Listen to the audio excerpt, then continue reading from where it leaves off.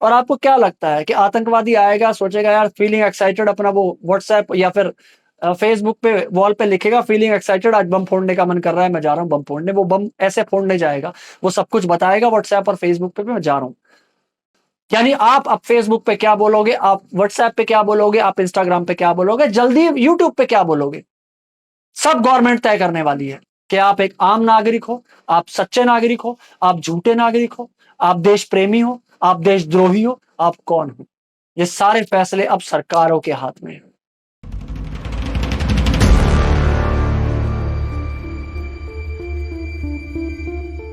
नमस्कार सभी को, स्वागत करता हूं आपका एक बार फिर द डाकिया विद एमी शर्मा।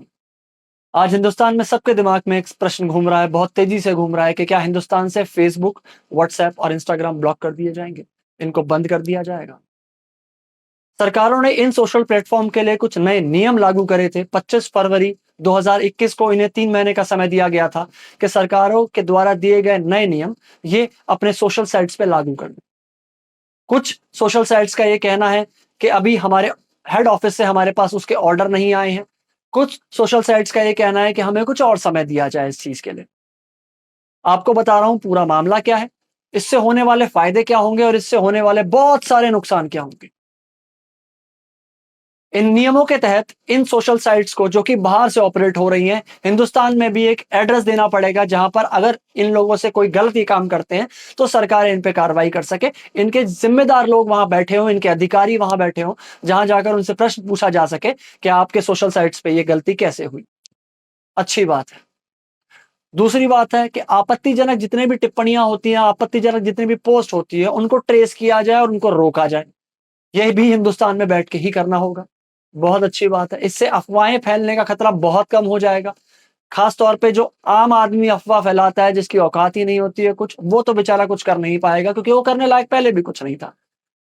ये कुछ अच्छी बातें हैं जो कि इन चीजों से होंगी कि इससे अफवाहें कम फैलेंगी, झूठ कम फैलेगा और इन सोशल साइट्स पे भी एक लगाम लगाई जा सकेगी कि ये हर चीज को फैला ना सके।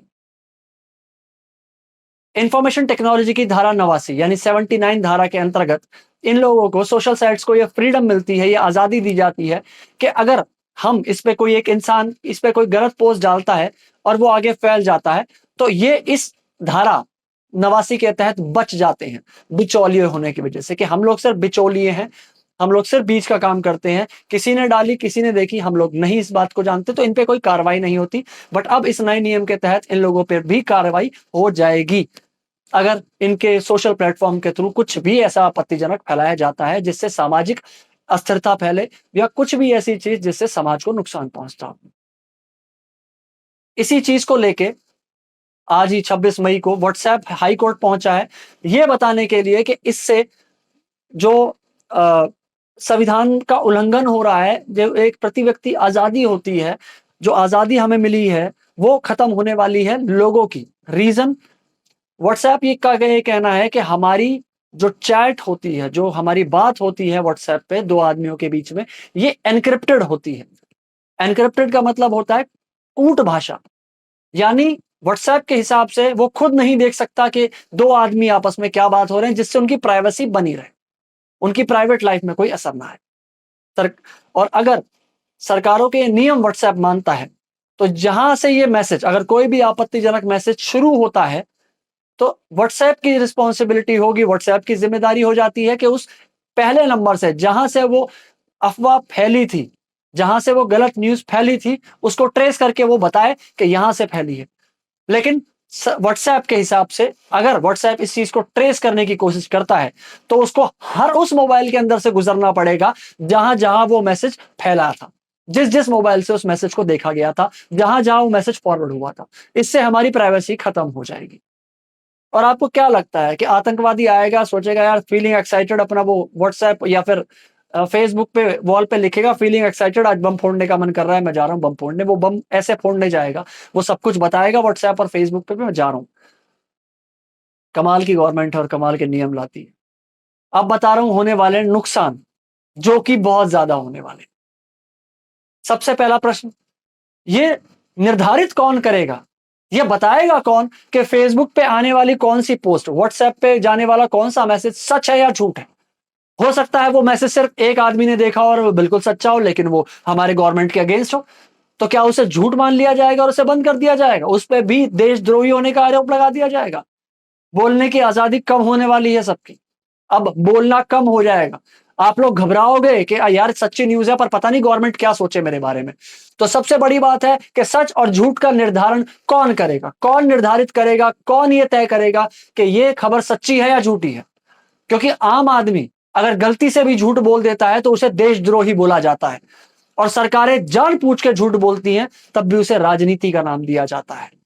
दिखता है कि पिछले इलेक्शन में कुछ बोला था, इस इलेक्शन में कुछ बोल रहे हैं, लेकिन वो राजनीति कहलाती है।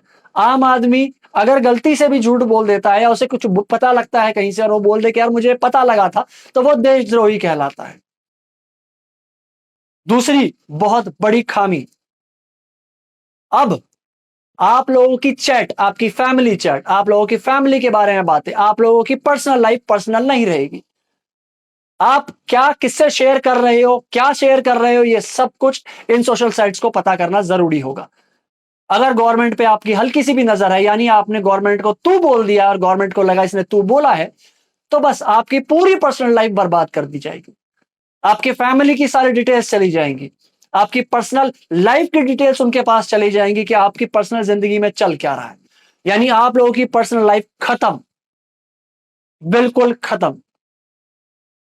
तीसरा पॉइंट, अगर सोशल साइट्स पे ये चीज लगाई जा रही है और सोशल साइट्स को ये बोला जा रहा है कि आपत्तिजनक पोस्ट ना दिखाएं, झूठ ना फैलाएं, आपत्तिजनक चीजें ना बुलवाएं, तो फिर यही चीज न्यूज चैनल पे क्यों नहीं अप्लाई करते हैं? न्यूज चैनल तो धड़ल्ले से दिखा रहा है झूठ, धड़ल्ले से दिखा रहा है सांप्रदायिकता, धड़ल्ले से दिखा रहा है सामाजिकता। एक समाज के लोग, समाज प्रधान के लोग, समाज के लोग, ये समाज के लोग, समाजों में बांट रहा है वो। उस पर क्यों नहीं लागू होती ये चीजें? उस पर क्यों नहीं बोला जाता? सरकार क्यों नहीं बोलती है? गवर्नमेंट ला रही है नई नई चीजें, क्यों नहीं बोलती है न्यूज चैनल वालों को कि आप भी इस दायरे के अंदर आते हो और आप पे भी कानूनी कार्रवाई की जाती है? वो तो धड़ल्ले से आके बोलते हैं झूठ। उनकी तो बहुत सारी खबरें होती है झूठ, जो बाद में पता लगती है कि ये खबर कहीं और की थी और बताई अब जा रही है और गलत तरीके से दिखाई जा रही है। सरकारों पे उंगली कौन उठाएगा जब सरकारें झूठ बोलने लगेंगी? सरकारों ने आंकड़ा छुपाया, कोरोना वायरस का आंकड़ा छुपाया है, मौत का झूठ बोला है, कौन कार्रवाई करेगा उन पे? ये सारे कानून, सरकारें फेसबुक पे बात नहीं करती हैं आपस में कि हमें ये कानून लाना है, हमें ये नया नियम लाना है। ये आम लोग बात करते हैं, ये आम जिंदगी है फेसबुक पे, आम लोग, उनकी जिंदगी की प्राइवेसी खत्म, झंड बिल्कुल।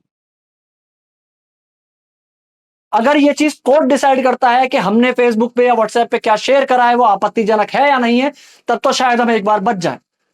लेकिन सरकारों का इन सोशल साइट्स को यह भी कहना है कि अगर सरकार किसी का डेटा मांगती है, किसी का भी डेटा मांगती है, तो सबसे पहले इन लोगों को उस आदमी का, उस चीज का डेटा सरकारों से शेयर करना पड़ेगा।